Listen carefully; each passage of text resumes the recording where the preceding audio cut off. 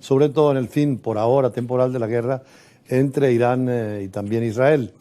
La presencia y la participación de Estados Unidos fue fundamental, sobre todo con aviones y con bombas que podían taladrar el piso, unos 100 metros donde estaban, según Estados Unidos, los reactores nucleares, enriqueciendo uranio que hubieran podido, según Israel, tener la bomba atómica en cualquier momento, y Israel, temiendo la destrucción, hizo los ataques preventivos, como dicen ellos. Sin embargo, Israel, que sí tiene bombas atómicas, estaba preparada para una acción final. Todos observamos el fin de semana hacia dónde iba el conflicto. En primer lugar, si hubiera sido solamente Israel e Irán, hubiera tenido un fin inmediato. Sin embargo, con la presencia de las grandes potencias, Estados Unidos, influyendo directamente, y además con la actitud de China y Rusia, la expectativa, y lo que hubiera podido ser India y Pakistán, que son armas nucleares las que tienen estos estados, pero con la situación también del fin de los conflictos en el Medio Oriente con Hamas y con Hezbollah, que tiene influencia iraní, todo complicaba mucho la situación, el elemento religioso incluso. Cuando hubo bombardeos de Irán contra Qatar, también estaba el mundo árabe preocupado, porque el mundo árabe se divide sobre todo en el Islam que tienen los árabes y en el chiismo que tienen los iraníes. Persia siempre ha sido un imperio y, como todos los grandes gobiernos, y Arabia Saudita han tenido choques por esta situación. Recordemos cuando Saddam Hussein, la confrontación entre chiitas y sunitas de una guerra de 8 años. Pero Irán es una larga historia, una monarquía que estuvo mucho tiempo hasta que llegó la revolución islámica con el Estado proclamado teocrático de los ayatolás. La situación era muy difícil, sobre todo por el mundo petrolero, y de eso vamos a hablar más tarde con un especialista venezolano, porque allí está el estrecho de Hormuz que comparten algunos países árabes y Persia, Irán. El cierre del estrecho en la parte más angosta era muy fácil para Irán y evitaba que el 40% del petróleo del mundo saliera sobre todo de países árabes y el propio petróleo de ellos hacia Asia y hacia Europa.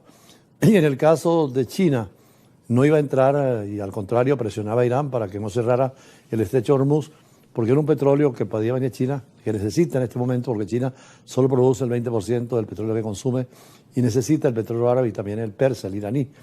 Esto hizo que no se cerrara el estrecho de Hormuz, con lo cual el conflicto se aminoraba, y después, con la intervención norteamericana, para Irán era muy difícil confrontar a Israel y a Estados Unidos, sobre todo que ya Irán no tiene a Siria, donde antes tenía una influencia determinante, e Irán tampoco tiene a Hezbollah y a Hamas en plena actividad con los golpes que han recibido de Israel.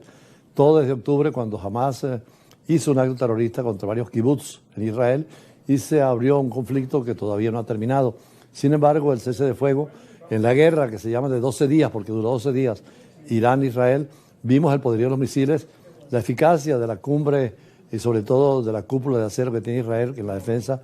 Sin embargo, penetraron por primera vez, y el potencial que no salió nuclear, afortunadamente, porque hubiera sido una guerra mundial. Si China y Rusia hubieran apoyado a Irán y Estados Unidos y la OTAN, la Unión Europea, se pronuncian contra ellos, estaríamos hoy viviendo tal vez la visión de conflicto nuclear con misiles y con bombas atómicas, que inclusive sin estar nosotros presentes, un conflicto que podría llegar a Estados Unidos, una bomba nuclear en un misil ruso, llegaba en 30 minutos y la nube radioactiva estaría sobre América Latina. Por eso decíamos que podría ser la guerra del fin del mundo, llegando al título de Vargas Llosa, o del juicio final, el apocalipsis por el armamento nuclear tan poderoso.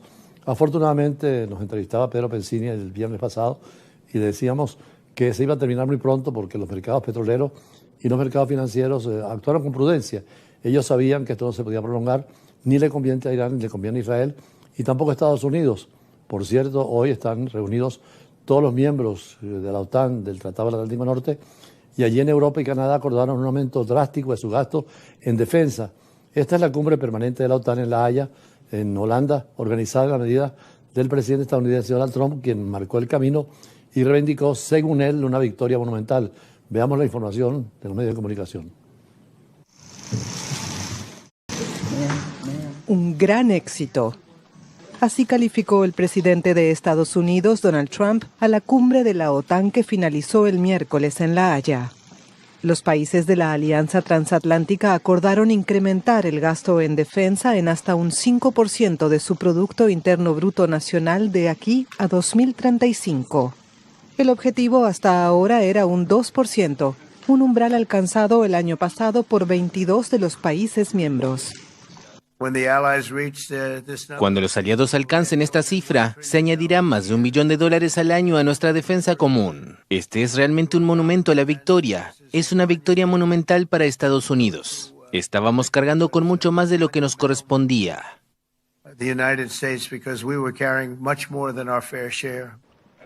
En su formulación, la declaración final esquivó las reticencias de España, que afirma haber pactado con la OTAN una fórmula flexible con la que aumentaría su aporte en defensa hasta un 2.1% del PIB nacional.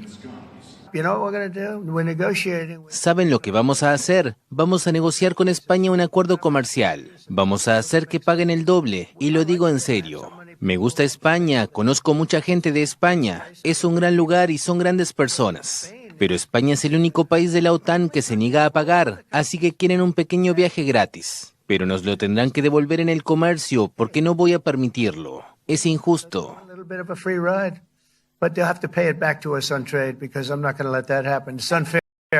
El presidente del gobierno español, Pedro Sánchez, defendió su decisión, afirmando que su país cumplirá con las capacidades militares que le pide la alianza, sin poner en riesgo su gasto social.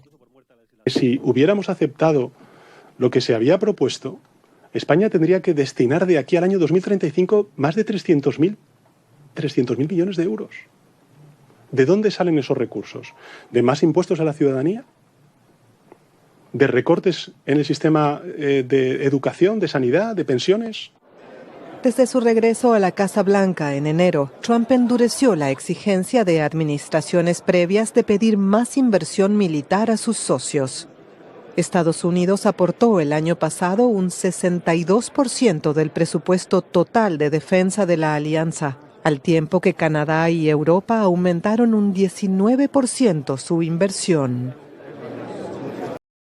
Esto ha generado política y sobre todo mucha contradicción en el gobierno español, porque aunque las derechas, los conservadores y el propio Partido Socialista quisieran aumentar los gastos en defensa, tienen socios de izquierda que se han negado y pueden llevar a romper la coalición. Para Pedro Sánchez es muy difícil una decisión. Donald Trump fue muy duro cuando llegó a la reunión en La Haya, en Holanda, y pide que España cumpla también con el 4% y hasta el 5% en gastos militares, porque según vimos, Estados Unidos cubre el 60% de los gastos de la OTAN y la defensa es común.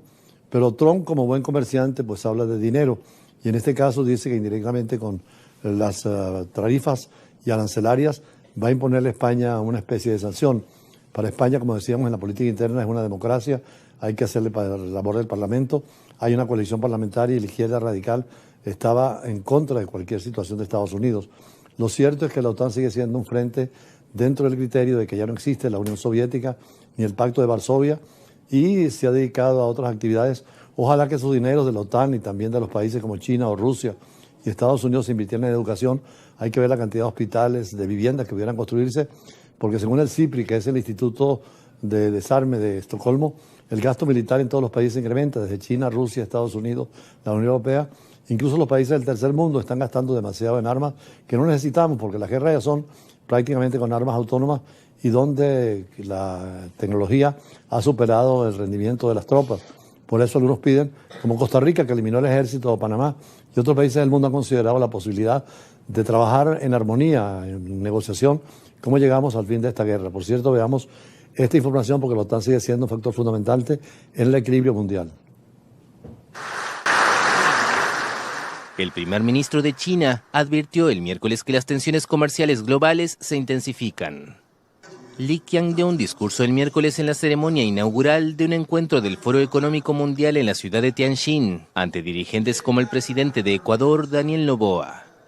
El funcionario dijo que la economía a nivel mundial atraviesa cambios profundos, en una referencia velada a la guerra arancelaria lanzada por el presidente estadounidense Donald Trump, y destacó que ningún país puede crecer o prosperar solo. En tiempos en los que la economía global enfrenta dificultades, lo que necesitamos no es la ley de la selva en la que el débil es presa del fuerte, sino cooperación y éxito mutuo para que todos salgan ganando. La segunda autoridad de China, después del presidente Xi Jinping, presentó un panorama optimista de la segunda economía mundial, a pesar de la ralentización del crecimiento y el estancamiento del consumo. Según sus palabras, el gigante asiático continúa creciendo de forma constante, aportando un fuerte apoyo para acelerar la recuperación de la economía global. Este foro económico en China 2025 es muy importante porque el Asia marca ahora el desarrollo del crecimiento. En una etapa fue el crecimiento del Mediterráneo, después fue hasta hace poco el del Atlántico, con el polo Estados Unidos-Europa. Ahora la gran economía se dirige hacia el Pacífico y China es el factor central, sigue subiendo en las redes no solamente económicas y financieras, sino también tecnológicas. Será la primera potencia tecnológica y posiblemente la primera potencia económica, con el cuidado de no implicarse en problemas como el del Medio Oriente, donde la prudencia china evitó precisamente el conflicto y la guerra, y además necesitando petróleo tiene que tener buenas relaciones. En América Latina tiene el puerto más importante en Perú y la ruta de la seda sigue siendo un factor importante para China.